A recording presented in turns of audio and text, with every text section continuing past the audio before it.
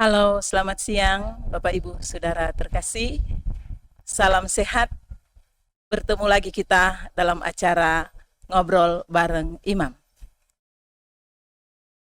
Dan acara ini disponsori oleh Komsos Salib Suci Taas. Bersama saya Tracy Lintong, kita akan berbicara tentang Minggu Advent yang kedua. Dan saat ini telah hadir di tengah-tengah kita seorang imam, kami sebut dengan kasih, Pastor Ronald Runtu PR. Beliau adalah Pastor Paroki Raja Damai, Tikala, Manado. Langsung saja kita menyapa beliau. Selamat siang, Pastor. Selamat siang Ibu Trace. Apa kabar hari ini, Pastor? Sehat-sehat, Puji Tuhan. alhamdulillah. Bapak Ibu Saudara terkasih, kita akan langsung bincang-bincang dengan Pastor. Seperti hari ini, Pastor, kita telah memasuki Minggu Advent yang kedua, yang ditandai dengan pemasangan lilin Advent yang kedua. Nah, pertanyaannya, apa tema dan makna dari Minggu Advent yang kedua ini? Terima kasih pemirsa yang terkasih, siapa saja yang boleh mengikuti acara ini. Kalau kita bicara tentang tema, sebenarnya langsung bisa dilihat dan direfleksikan dari bacaan.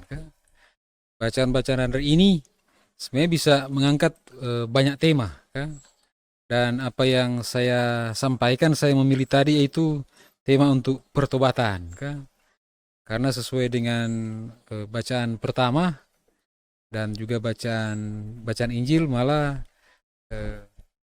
disampaikan bahwa kita perlu bertobat. Iya. Tobat atau persiapkan jalan bagi Tuhan. Persiapkan jalan bagi Tuhan itu konkretnya lewat pertobatan.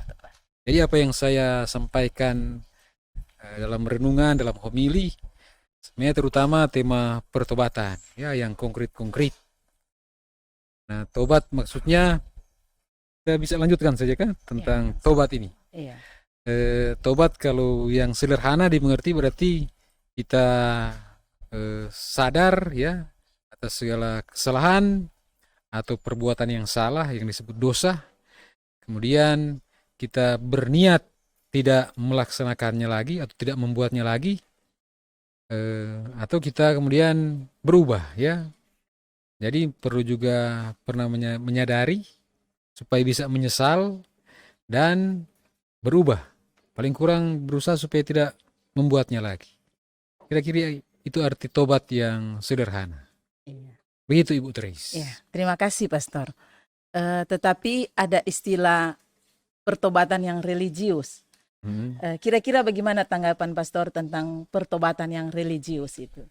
Oke.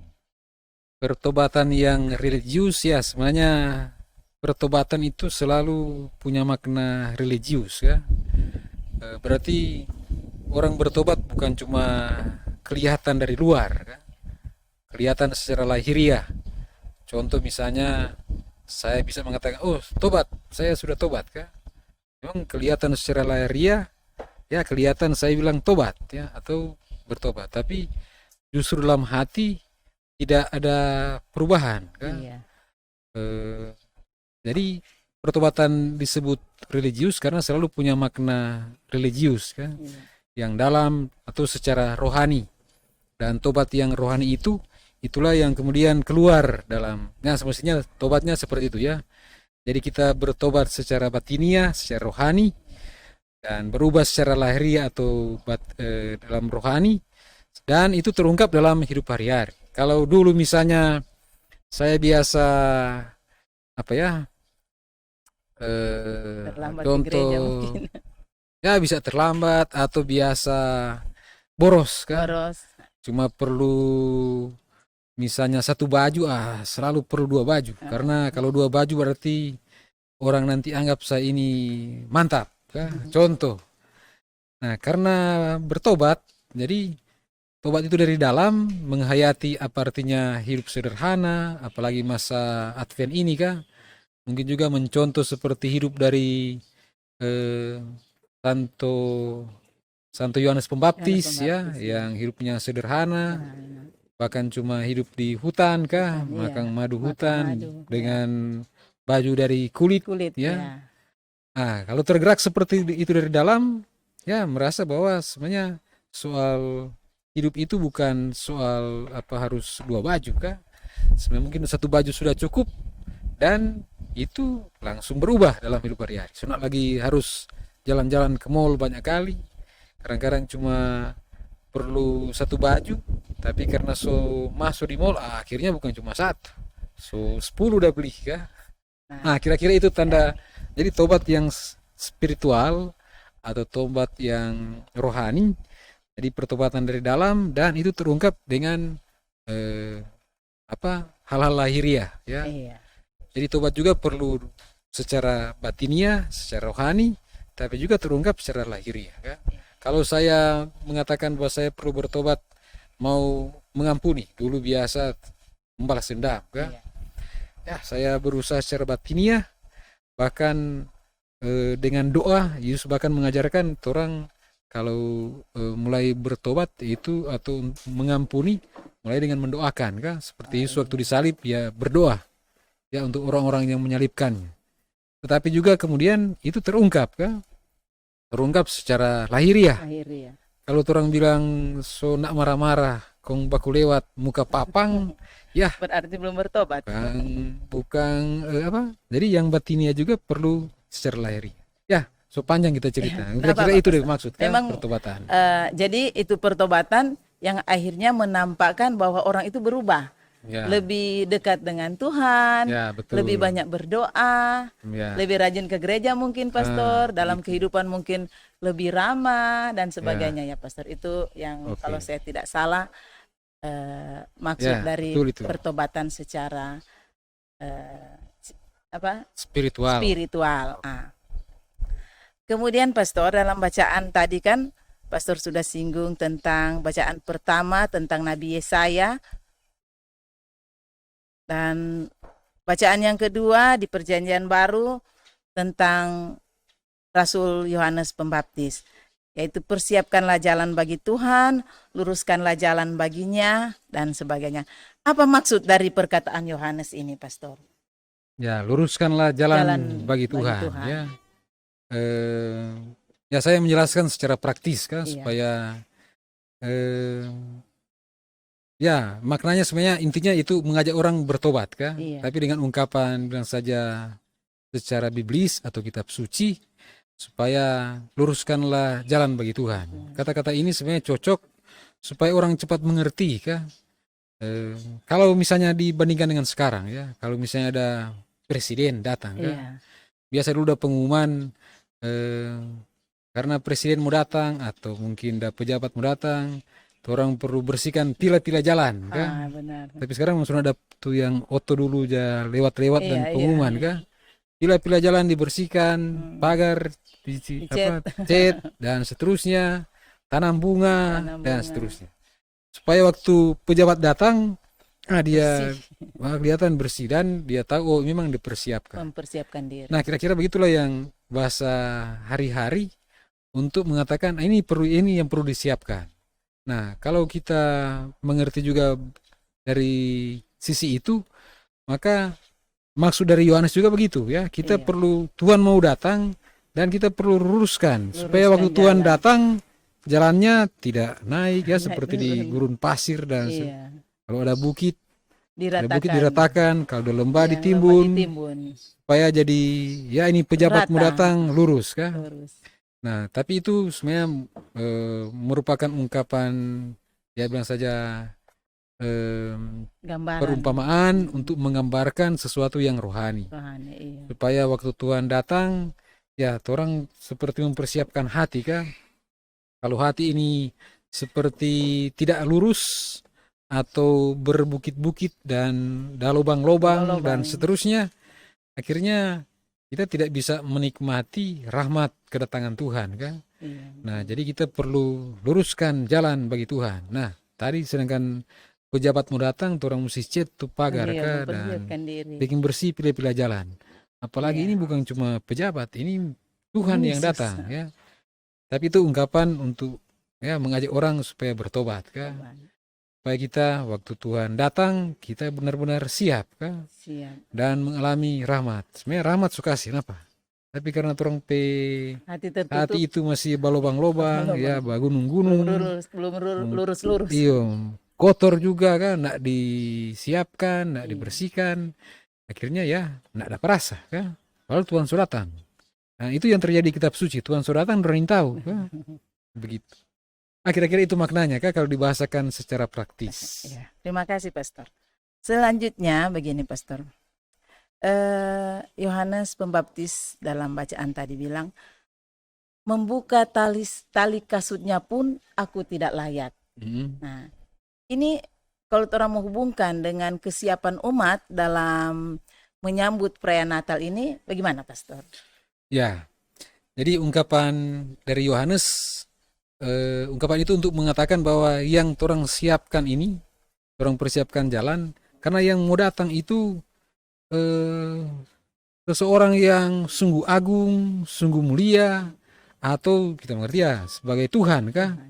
Sehingga membuka tali kasutnya pun dia aku merasa tidak tidak layak layak. kah? Jadi memang yang maha agung, Iya. maha suci, pokoknya semua yang maha-maha kah? Iya. Pastor Nito bilang apa yang maha agung, pokoknya yang maha Iya, kuasa yang lah maha begitu. mulia. Maha mulia. Jadi sesuatu yang sangat agung, mulia, dan sangat berharga, pokoknya segala-galanya. Iya. Nah, kalau itu yang orang sambut, maka orang persiapan juga bukan sembarangan kan? Iya. Karena yang mau datang ini Tuhan sendiri kan, sesuatu yang sangat berharga, sangat suci, yang akan membebaskan umat dan seterusnya. Nah, sekarang kita perlu persiapkan dengan benar-benar. Benar. Jadi mereka kalau di kitab suci kan, orang-orang menghormati Yohanes Pemandi sebagai nabi kan, Iya. sebagai utusan Tuhan. Dan karena itu waktu Yohanes datang, orang-orang kan seperti di kitab suci diceritakan dari seluruh Yudea, Yerusalem datang untuk dipermandikan dan Iya. bertobat kan. Nah, mereka menganggap ini dari Tuhan kan, ini utusan Tuhan.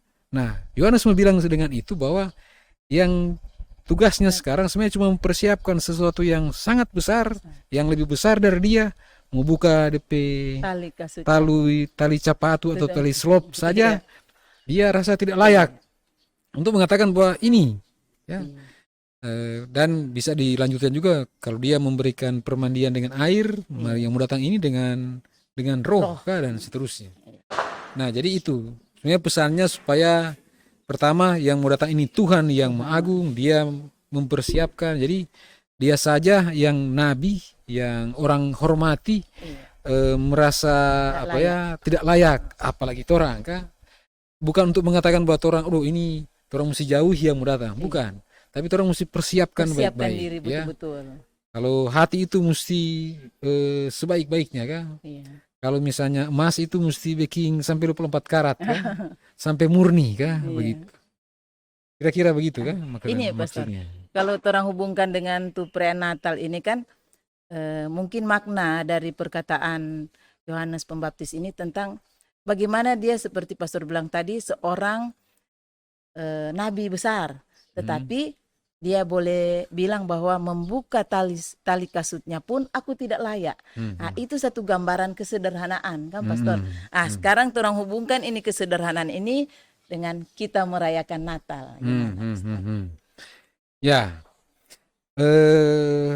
ya kita juga udah bilang tadi kan, kadang-kadang ini so dekat Natal, so tanggal berapa tuh sekarang kan? Tanggal 6. Iya. Berarti tinggal 1 minggu, 2 minggu, 2 minggu lagi so tinggal DP minggu keempat kan? Berarti so memasuki hari Natal kan? Nah, kadang-kadang kita fokus dengan semakin dekat Natal semakin resah dan gelisah. Karena karena nggak ada apa-apa, nggak ada cookies Natal, baju baru, nggak ada baju Natal, belum budget rumah, nggak ada gordeng Natal, baru. Mungkin ada konde Natal juga kalau oma-oma, nggak ada capatu Natal dan seterusnya. Nah, bacaan hari ini sebenarnya memberikan pesan yang ya sebenarnya penting kan. Kita orang persiapan keliru kan? Karena Yohanes bilang yang orang persiapan itu luruskanlah jalan Jalan. bagi Tuhan. Ya, dan Bukan. orang-orang datang dan bertobat. Cuma itu. Iya. Bukan tulah yang lain kan. Iya. Orang justru jadi khawatir karena yang orang siapkan tulah yang lain. Yang lahiriah, Pastor. Iya. Jadi kalau ada, ya syukur. Kalau enggak ada, tidak juga perlu menjadi alasan supaya orang semakin Jadi Natal resah dan justru gelisah. membawa damai, orang semakin Tidak ada resah damai dan di gelisah. hati. Iya.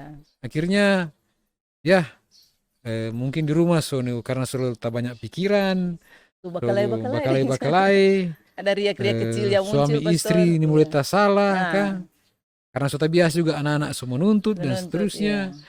Ya, Jadi cepat kesempatan marah. sekarang berubah kan. Akhirnya sebelum Natal sudah kelai. Pas Natal perang kan. Padahal justru Natal maksudnya membawa damai. Mbak Damai. Begitu. Iya. Jadi bukan Ya damai. kira-kira begitu kalau kaitan dengan sekarang.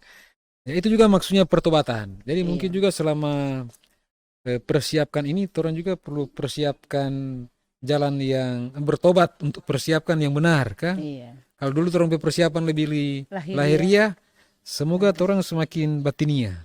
Terima kasih sudah Terima Pak kopi kasih kan. untuk kopi. Oke, Ya. Pastor. Masih ada lagi. Pastor. Jadi intinya bahwa dalam kita mempersiapkan Natal, yang paling penting itu iman, persiapan iman ya Pastor. Bukan secara lahiriah, tetapi kita siap bahwa Kristus nanti datang dalam kehidupan kita dengan kita bertobat, berubah, dan berbuah. Mungkin begitu Pastor? Ya, kira-kira begitu. Mantap. Mantap. Bapak Ibu, demikianlah bincang-bincang kita pada siang hari ini. Banyak hal yang sudah kita bicarakan. Semoga bisa menambah kasana pengetahuan kita tentang masa Advent ini. Dan tentu kita akan lebih mempersiapkan diri lagi. Karena juga kita terbatas dengan waktu. Maka sampai di sini bincang-bincang kita pada siang hari ini. Nanti kita akan bertemu pada episode yang akan datang. Dan semoga kita selalu tetap sehat dan selalu ada dalam lindungan Tuhan. Tuhan beserta kita sekalian. Selamat siang.